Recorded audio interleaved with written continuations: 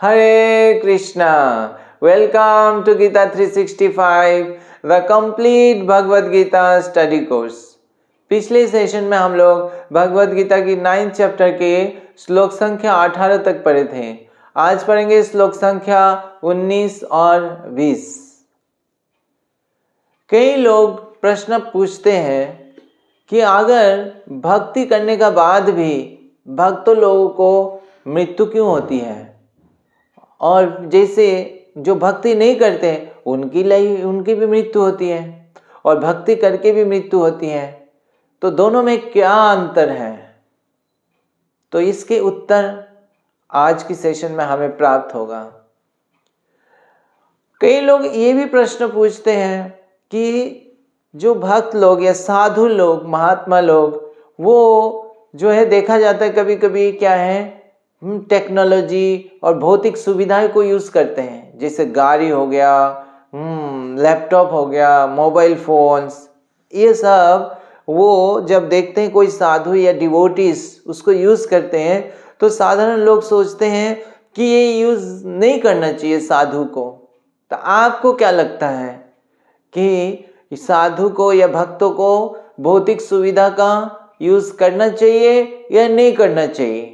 इसका उत्तर आज के सेशन में हमें प्राप्त होगा। तो चलिए पढ़ते हैं आज का पहला श्लोक, श्लोक संख्या 19।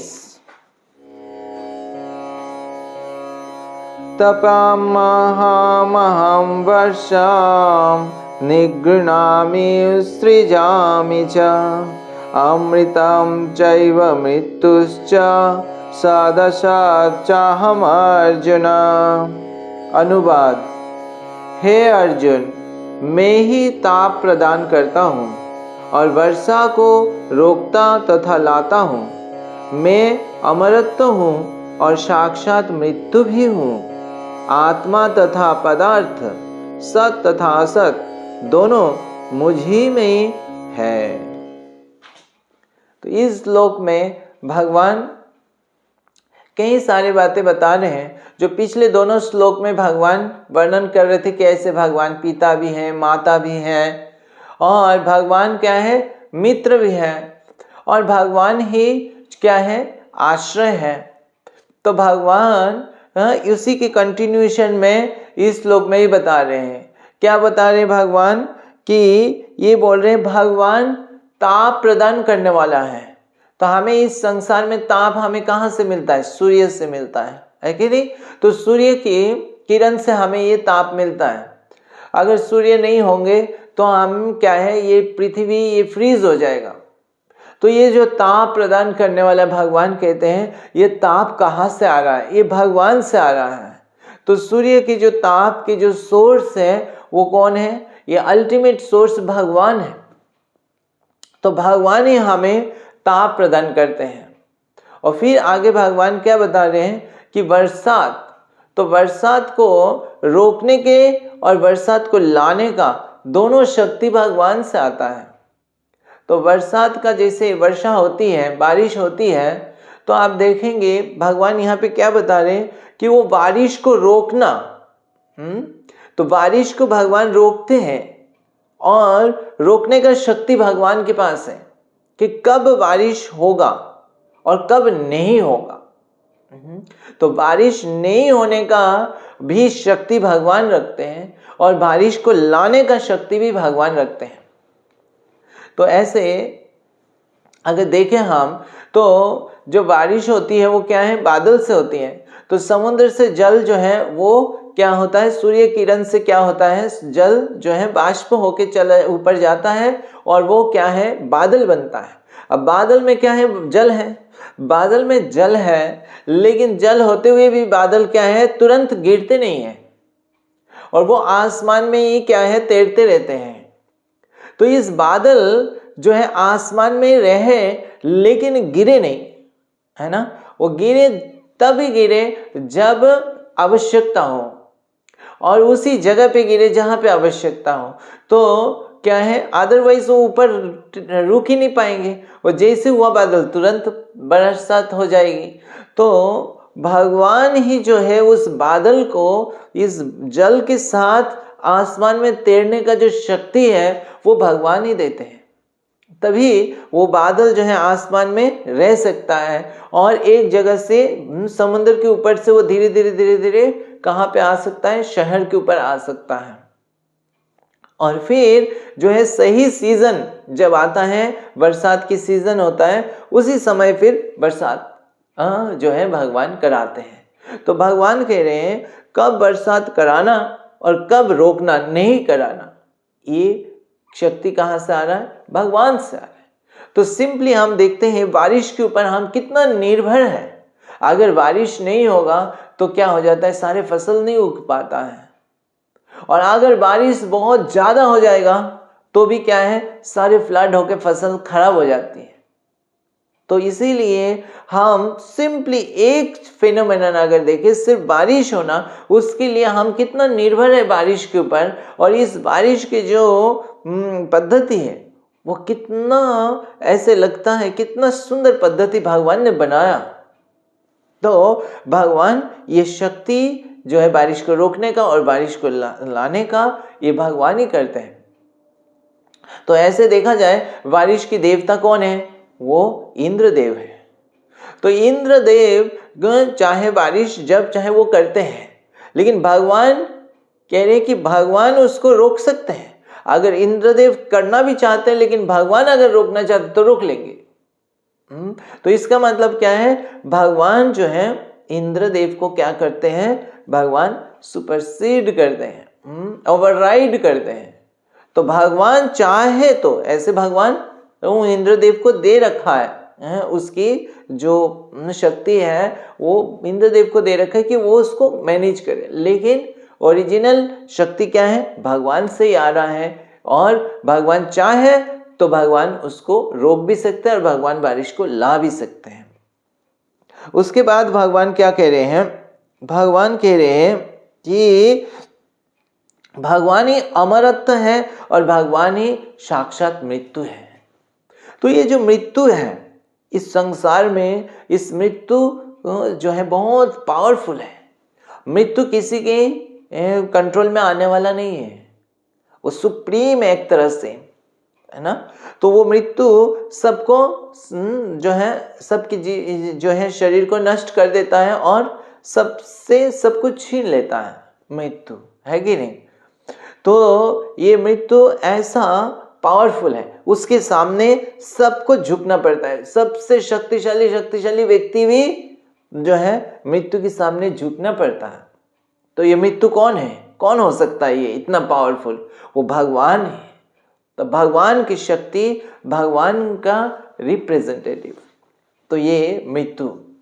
और भगवान कह रहे हैं कि अमृतत्व भी, तो अमरत्व, यह जो इमॉर्टलिटी, तो ये अमरत्व देने वाला कौन है? अगर किसी को भगवान, किसी को शाश्वत जीवन प्राप्त होता है, वो कौन दे सकता है? शाश्वत जीवन कोई और दे नहीं सकता है। कोई भी भगवान को छोड़ के कोई देवी देवता या कोई भी मनुष्य जो है हमें अमरत्व का वरदान नहीं दे सकता है। जैसे जब हिरण्यकशिपु ने तपस्या किया, भारी तपस्या किया, और उन्हें किसका आराधना किया? ब्रह्मा जी का। और फिर ब्रह्मा जी वहां पे आए तो हिरण्यकशिपु ब्रह्मा जी से वरदान मांगे कि आप मुझे अमरत्व प्रदान कीजिए कि मेरा कभी मृत्यु ना हो। तो ब्रह्मा जी क्या बोलते हैं, ये वरदान मैं नहीं दे सकता, क्योंकि ये वरदान देने का मेरे पास क्षमता नहीं है।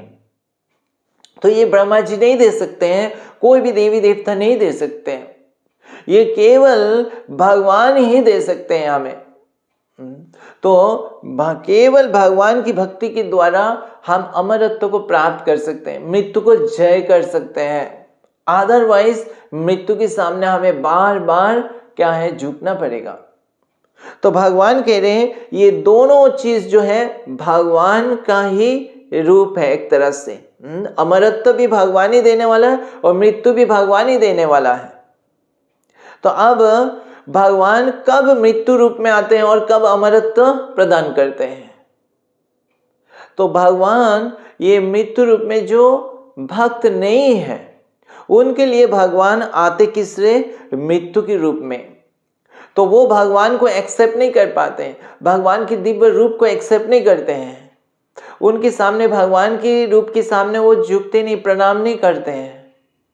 तो उनको मृत्यु के सामने झुकना पड़ता है। झुकना तो पड़ेगा ही, क्योंकि भगवान की शक्ति के सामने तो झुकना पड़ेगा। चाहे भगवान की सच्चिदानंद रूप के लविंग रूप के सामने झुके, या भगवान की जो ऐसे भयानक रूप है मृत्यु के सामने झुके। तो उस समय उनको भगवान की रूप दिखाई देता है। कैसे? भयानक मृत्यु की रूप में। तो भगवान को तो देखते ही हैं वो, ठीक है। तो जो जीवन भर भगवान को शरण में नहीं जाते, भगवान की भक्ति नहीं करते, उनको भगवान की मृत्यु रूप का दर्शन होता है, और वो भयानक रूप में है। लेकिन जो भक्त है, जो भगवान के प्रेममय सेवा में लगा हुआ है, भगवान के साथ उनका प्रेममय संबंध है, उनको भगवान क्या है, किस रूप में दिखाई देते? भगवान सच्चिदानंद रूप में दिखाई देता है। तो उनको इवन मृत्यु जो है, वो मृत्यु के समय मृत्यु भगवान का रूप देखते हैं, वो मृत्यु को वो भगवान देखते हैं। तो एक तरह से बाहर के लगेगा, दूसरे लोगों को लगेगा ये तो मृत्यु है उनके सामने, लेकिन उनको दिखाई दे रहा है कौन आया है मृत्यु रूप में। कौन आया? ये भगवान आया, ये सच्चिदानंद भगवान है। तो ये मृत्यु का एक ड्रेस है, एक तरह से डिस्गाइज में है, लेकिन है कौन? भगवान कृष्ण। तो वो जो है उनके लिए तो भगवान है। तो ये तो मृत्यु एक बहाना है उनके लिए, लेकिन भगवान उनसे मिलने आते हैं। तो इसलिए भक्त लोगों का जो मृत्यु और जो अभक्त है, जो साधारण व्यक्ति, उनकी मृत्यु, दोनों में बहुत अंतर है, जमीन आसमान अंतर है। तो साधारण व्यक्ति, कई लोग ये प्रश्न बार बार बोलते हैं कि भक्त लोगों का फिर मृत्यु क्यों होती है? अगर वो भगवान का भक्ति कर रहे हैं, भगवान अमरत्व प्रदान कर सकते हैं, तो उनकी मृत्यु क्यों आती है कि नहीं? तो उनकी मृत्यु और साधारण लोगों की मृत्यु सेम नहीं है। भक्तों का मृत्यु जो है वो एक तरह से अमरत्व मिलने वाला है। वो भगवान उनको क्या है? शाश्वत जीवन देने वाले हैं। तो ये मृत्यु के माध्यम से, ये मृत्यु के माध्यम से उनको अमरत्व मिलता है। तो इसलिए उनको क्या है, वो एक तरह से अवार्ड, पुरस्कार मिल रहा है, और साधारण लोगों को मृत्यु मिलती है। तो प्रभुपाद बहुत सुंदर उदाहरण देके समझाते हैं, बोलते हैं उसी प्रकार जो भक्तों का मृत्यु और साधारण व्यक्ति का मृत्यु उसी प्रकार है जैसे एक बिल्ली के मुंह में जो है, कभी कभी बिल्ली क्या है, अपने बच्चे को उठा के लेके जाता है एक जगह से दूसरे जगह, है ना। और कभी कभी बिल्ली आपके मुंह में जो है चूहे को उठाता है। तो जब बिल्ली के मुंह में जब अपने बच्चे को उठाता है, तो अपने बच्चे को, उन बिल्ली के बच्चे को कैसे महसूस होती है? वो बिल्ली के मुंह में जो है उसको कोई डर नहीं लगता है, उसको कोई खतरा महसूस नहीं होता है, उसको क्या है, उसको आराम लगता है। वो तो बहुत शांत से, आराम से, प्रेम से रहता है, क्योंकि माँ ने उसको उठाया मुंह से। तो वो बहुत जो है कंफर्टेबल रहता है, कोई खतरा नहीं है। लेकिन जब चूहा उसके बिल्ली के मुंह में होता है, तो चूहा के लिए तो मौत है बिल्कुल, है ना। वो तो भयानक है उसके लिए, बिल्ली के मुंह। तो उसी प्रकार जो बिल्ली अपने बच्चे को बस मुंह से वहां उठा के वहां से लेके जाता है, लेकिन उसके लिए कोई खतरा नहीं है, एक जगह से दूसरी जगह जस्ट लेके जाता है। उसी प्रकार जो है मृत्यु के माध्यम से ये एक व्यवस्था है, जिसके माध्यम से भगवान भक्तों को इस भौतिक जगत से भगवान अपनी धाम में लेके जाते हैं और उनको शाश्वत जीवन, अमरत्व का प्रदान करते हैं। तो इस तरह से भगवान अमरत्व, सेम भगवान भक्तों के लिए क्या है, अमरत्व प्रदान कर रहे हैं, और जो साधारण व्यक्ति है, जो भक्ति जीवन भर कभी नहीं किया, उनके लिए क्या है, मृत्यु को प्रदान कर रहे हैं। तो इसीलिए भक्तों के लिए मृत्यु क्या है, वो अमरत्व है, वो क्या है, शाश्वत जीवन है। तो इसीलिए मृत्यु से वो कभी डरते नहीं, मृत्यु को इनफैक्ट स्वागत करते हैं। श्रील प्रभुपाद जब कलकत्ता में थे, अमेरिका जाने से पहले वो जब गृहस्थ आश्रम में थे, तो वो हर चाहे किसी भी स्थिति में वो हमेशा क्या है भगवान की सेवा में लगे रहते थे। तो एक समय ऐसा था, प्रभुपाद कलकत्ता में थे और उस समय जो है भारत में युद्ध चल रहा था, और युद्ध में कलकत्ता में जो है बम जो है फेंका जा रहा था, और सारे वहाँ का आसपास के लोग बहुत डरे हुए थे, और सब डरे हुए जो है वो एक घर छोड़ छाड़ के कहीं कहीं जा चले जा रहे थे। लेकिन श्रील प्रभुपाद कहीं नहीं गए, और वो अपना घर में जो है वहाँ पे भगवान की जो उनका जो वर्शिप का, भक्ति का जो नियम है, भगवान की सेवा का, वो कंटिन्यू करते गए। तो कई लोग उनको एक तरह से डराने के बोलते थे, डराते थे कि अरे आप यहाँ से क्यों नहीं जा रहे हो, क्योंकि यहाँ पे बम गिरने वाला है और कभी भी क्या है मौत आ सकता है। तो प्रभुपाद बोलते हैं कि बम गिरेगा तो बम के रूप में कौन आएगा? कृष्ण आएंगे। कृष्ण आएंगे तो मुझे किस लिए डर है? इस चीज का डर है। तो कृष्ण मुझे कहाँ ले जाएंगे? मुझे उनके धाम में ले जाएंगे। तो मुझे यहाँ पे जितना समय है मुझे कृष्ण की सेवा करने दीजिए।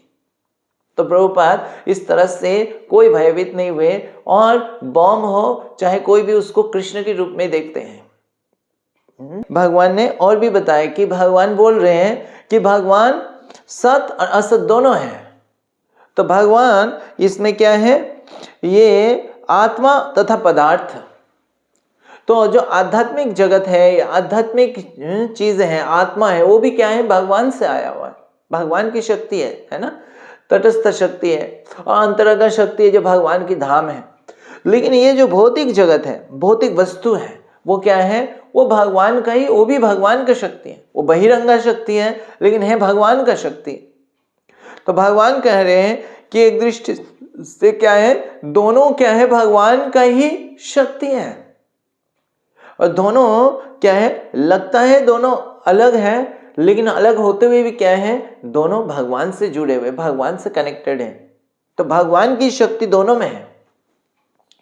तो अब भौतिक जो चीजें हैं, जैसे इस भौतिक जगत है, घर है, गाड़ी है, और जो मटेरियल जो भी इनोवेशंस हैं, जो लैपटॉप हो गया, माइक सिस्टम हो गया, लाइट्स हो गया, सब कुछ, घर द्वार, जो भी चीज है, तो उस चीज को किस दृष्टि से हमें देखना चाहिए?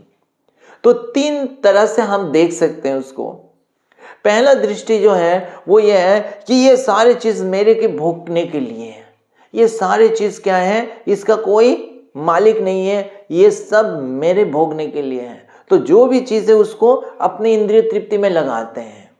तो ये जनरली भौतिकवादी व्यक्ति ऐसे होते हैं। वो जो भी चीजें देखते हैं वो सोचते हैं इसका भगवान से कोई संबंध नहीं है, और ये ऐसे ही हमारे लिए ही बना हुआ है। और दूसरा जो दृष्टि है वो है, वो सोचते हैं ये तो जो है भौतिक चीज है, वो नष्ट हो जाना है, और ये भौतिकवादी व्यक्ति के लिए है। हम जो है हम आध्यात्मिक हैं, हमें तो सिर्फ भगवान से मतलब है ना, और हमें जो है आध्यात्मिक चीजों की अध्ययन करना है, स्टडी करना है, और आध्यात्मिक में रहना है, हमें भौतिक चीजों से दूर रहना है। तो वो भौतिक चीज को जो है वो एक तरह से सोचते ये माया है, और ये भगवान की जो है बहिरंग शक्ति है, तो इसको दूर रखो, इसको हमसे दूर रखो। तो इस तरह से उसको स्पर्श नहीं करना चाहते हैं, और वो सोचते हैं कि ये जो भी इसको जो है यूज करता है वो जो है वो माया में है। और जो तीसरा दृष्टि है वो ये है, वो जो है वो सही दृष्टि है। वो देखता है कि ये जो भी भौतिक चीजें हैं ये किसका शक्ति है? ये मेरा नहीं है, और ये भगवान से आया हुआ है। ये सारे भगवान से सृष्टि हुए। यद्यपि ये बहिरंग शक्ति है, ये भौतिक है, जड़ वस्तु है, लेकिन है तो भगवान की एनर्जी। तो ये जो एनर्जी है ये भगवान का चीजें हैं, ये मेरी एंजॉयमेंट के लिए नहीं है। अब मेरे एंजॉयमेंट के लिए नहीं है वो तो क्लियर है, लेकिन इस चीज का उद्देश्य क्या है, इसका पर्पस क्या है? कोई भी चीज है उसके पर्पस तभी उसका फायदा है जब वो सही पर्पस में लगे। वो तो जब ये भगवान का शक्ति है तो वो किसकी सेवा में लगना चाहिए? भगवान की सेवा में लगना चाहिए। उसको ऐसे खाली रखने का क्या मतलब है? तो जो भी चीजें हमारे पास है उस चीज को ऐसे ही छोड़ नहीं देना है, उसको भगवान की सेवा में लगाना है। तो जब ये चीज भगवान की सेवा में लगता है, चाहे भौतिक कोई भी चीजें हो, तो वो फिर भौतिक नहीं रह जाता, वो फिर हमें बंधता नहीं है, वो हमें मुक्त करता है, वो स्पिरिचुअलाइज हो जाता है। जब ये भौतिक पदार्थ भी जब भगवान की सेवा में लग जाता है तो वो सारे स्पिरिचुअलाइज हो जाता है। जैसे हमारा शरीर भी अगर देखें तो वो भौतिक चीजों से बना हुआ है, तो हमारा जैसे बोलने का शक्ति, ये सब क्या है? भौतिक चीजें हैं। लेकिन हम जो बोलने का शक्ति भगवान ने दिया है, तो ऐसा नहीं कि हम चुप बैठे रहे, हमें उस बोलने का शक्ति को हमें भगवान की सेवा में लगाना चाहिए, हम भगवान के विषय में बोले। उसी तरह हमारा हर इंद्रिय, हर अंग जो भौतिक चीजों से बना हुआ है, लेकिन उसको जब हम भगवान की सेवा में लगाएंगे, वो सारे चीज को भगवान की सेवा में लगाएंगे, ऐसे नहीं कि बैठे रहे बस, उसको सेवा में लगाएंगे, तो वो सारे अंग जो है वो स्पिरिचुअलाइज हो जाता है, वो भगवान से कनेक्टेड हो जाता है। उसी प्रकार जितने भी भौतिक हम चीजें हैं, गाड़ी है, एरोप्लेन है, उस चीज को हमें भगवान की सेवा में लगाना है, हमें खुद की एंजॉयमेंट के लिए नहीं। तो हमें जो भी चीज है उसको हमें त्याग नहीं करना है। अगर हम भगवान की सेवा में लगा सकते हैं तो हम लैपटॉप भी भगवान की सेवा में लगा सकते हैं। लेकिन ऐसा नहीं कि लैपटॉप नहीं हो तो हम भगवान की सेवा नहीं कर सकते, हमें लैपटॉप चाहिए ही चाहिए, ऐसा कुछ नहीं। अगर हो तो हम भगवान की सेवा में लगाएं, नहीं हो तो बिना लैपटॉप के हम भगवान की सेवा करें। तो उसी तरह जैसे माइक सिस्टम है, तो हमें माइक सिस्टम को भगवान की सेवा में जो है कीर्तन में, प्रवचन में उसको इस्तेमाल करें। तो इसीलिए श्रील प्रभुपाद कहते हैं यूटिलिटी इज द प्रिंसिपल।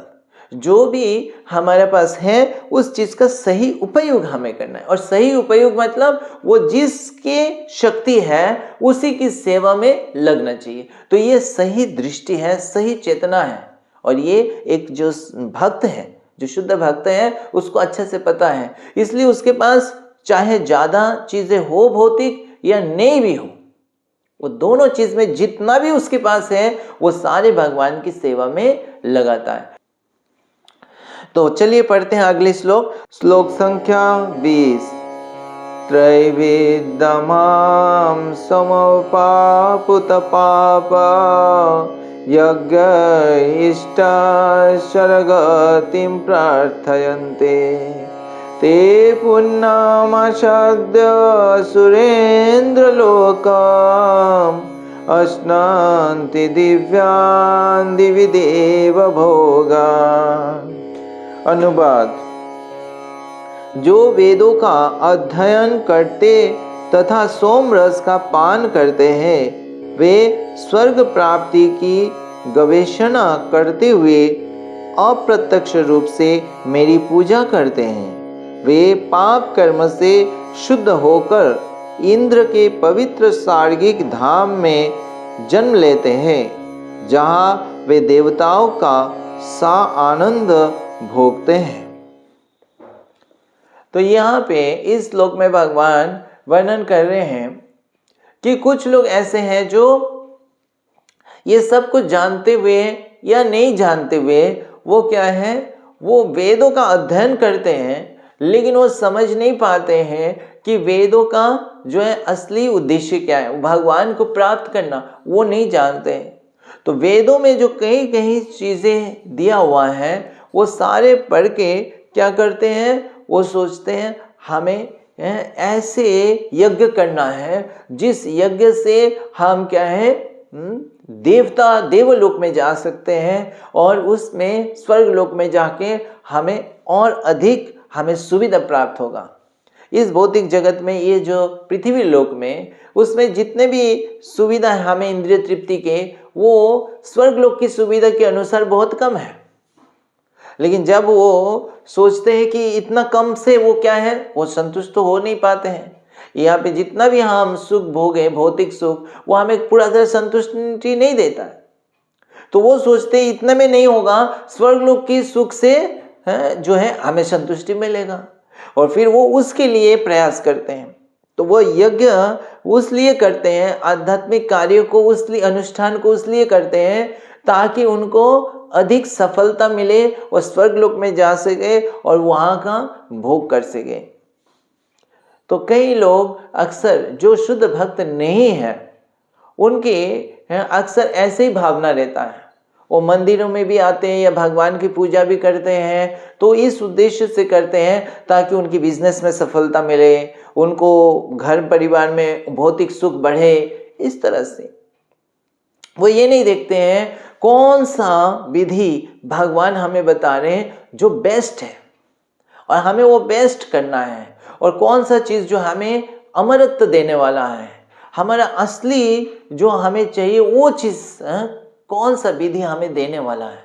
तो वो शुद्ध भक्ति का मार्ग जो है उसको शुद्ध भक्ति से वो आकृष्ट नहीं होते हैं, उनको क्या है, भौतिक चीज़ से आकृष्ट होते हैं। तो इसीलिए जो वेदों में अलग अलग विधि दिया हुआ है, अलग अलग प्रकार के जो है पथ अनुष्ठान दिया हुआ है।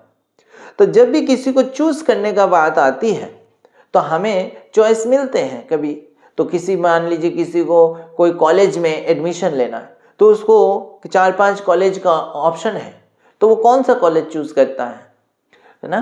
ज़्यादातर लोग वही चूज करेगा जो कॉलेज सबसे अच्छा हो, जिस कॉलेज में पढ़ाई सबसे अच्छा हो, जिस कॉलेज में अच्छा रिजल्ट हो, टीचर्स अच्छे हो, ऐसे। लेकिन कुछ लोग हो सकता है ऐसे भी कॉलेज में जाए जो घर के पास में हो, है ना। वो इस तरह से उसका क्या डिजायर है उसके हिसाब से वो चॉइस करता है। तो शुद्ध भक्त जो है वो भगवान की शुद्ध भक्ति का मार्ग को चूज करते हैं, चाहे उसके लिए उसको कितना त्यागना पड़े, भौतिक चीज को त्यागना पड़े वो, या कहीं तपस्या करना पड़े, वो उसके लिए तैयार होते हैं, क्योंकि उनको शुद्ध चीज मिलना है, वो चाहते हैं। लेकिन ज्यादातर लोग क्या सोचते हैं, कौन सा मार्ग है जिसमें मुझे इंद्रिय तृप्ति का सुविधा मिलेगा। तो वो देखते हैं कौन गुरु है मेरा, जो गुरु मुझे थोड़ा बहुत मेरे को इंद्रिय तृप्ति करने में अप्रूव करेंगे, है ना। जैसे मान लीजिए किसी को नशा करने का आदत है तो सोचेगा ऐसे संस्था में जाओ, ऐसे जो पथ मार्ग अपनाओ जिसमें मेरा गुरु या जो भी है वो मेरे को नशा करने में जो है रोकेंगे नहीं। तो जो गुरु मेरा नशा करने में नहीं रोकेंगे, मैं उसी गुरु को गुरु रूप में स्वीकार करूंगा। इस तरह से होते हैं। वो ये नहीं देखते ये गुरु मुझे मृत्यु से बचा पाएंगे या नहीं बचा पाएंगे, वो बस उनको क्योंकि धर्म का जो है, धर्म का अनुष्ठान करना है और जो है उनको उसका अच्छा फल चाहिए, तो वो उनको बस इंद्रिय तृप्ति जो हमें करने में मदद करेगा वो उसको अपना लेते हैं।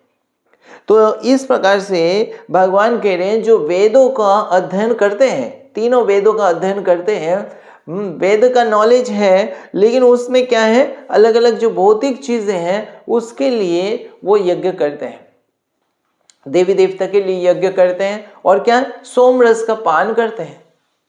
तो वो सोम रस ऐसा देवी देवता के यज्ञ में अलग अलग प्रकार के जो है ये सोम रस, आप जानते हैं सोम रस क्या होता है। तो सोम रस जो है वो एक विशेष प्रकार की जो है रस है जो किसी प्लांट से बना होता है, और वो नेशा एक प्रकार की नेशा होती है। तो उसको जो है ये स्वर्गलोक के देवी देवता को ऑफर किया जाता है, तो देवता की पूजा में उसको ऑफर किया जाता है और उसको फिर ग्रहण करते हैं। तो वो एक तरह से उनको नेशा करने का लिए क्या है, मौका मिल जाता है कि अगर देवता का यज्ञ करेंगे, पूजा करेंगे तो उसमें नेशा भी रहेगा, हम नेशा कर सकते हैं। तो ऐसे कई लोग होते हैं कि उनको किसी को अगर मांस खाना है तो वो ऑफर करके मांस खाते हैं, कोई नेशा करना है तो ऐसे करते हैं। तो इस प्रकार से वो नेशा करते, सोमरस का पान करते हुए ऐसे देवी देवता का यज्ञ करते हैं। और फिर तो इस प्रकार से वो वर्शिप तो करते हैं, लेकिन भगवान कह रहे हैं कि उनकी जो वर्शिप है, उनकी जो पूजा है, वो क्या है? अप्रत्यक्ष है। क्योंकि उनको भगवान को करना चाहिए था, लेकिन वो क्या कर रहे हैं? देवी देवता को कर रहे हैं, जो कि देवी देवता भी जो है वो भगवान के द्वारा ही नियोजित है। तो भगवान का ही एक तरह से जो है पार्ट है, लेकिन वो डायरेक्ट भगवान की सेवा भक्ति ना करके वो जो है इस तरह से जो है देवी देवता के लिए वो यज्ञ कर रहे हैं। तो ये अप्रत्यक्ष। तो अब अप्रत्यक्ष यज्ञ करने से क्योंकि वेदों का वो कर रहे हैं, वेदों के हिसाब से कर रहे हैं, तो उनको क्या फल क्या मिलेगा? तो वेदों के हिसाब से करने से उनको कुछ ना कुछ लाभ जरूर मिलेगा, कोई नुकसान नहीं होगा। अगर वेदों में चीज का अनुमति दिया हुआ है तो उसमें उनका लाभ होगा।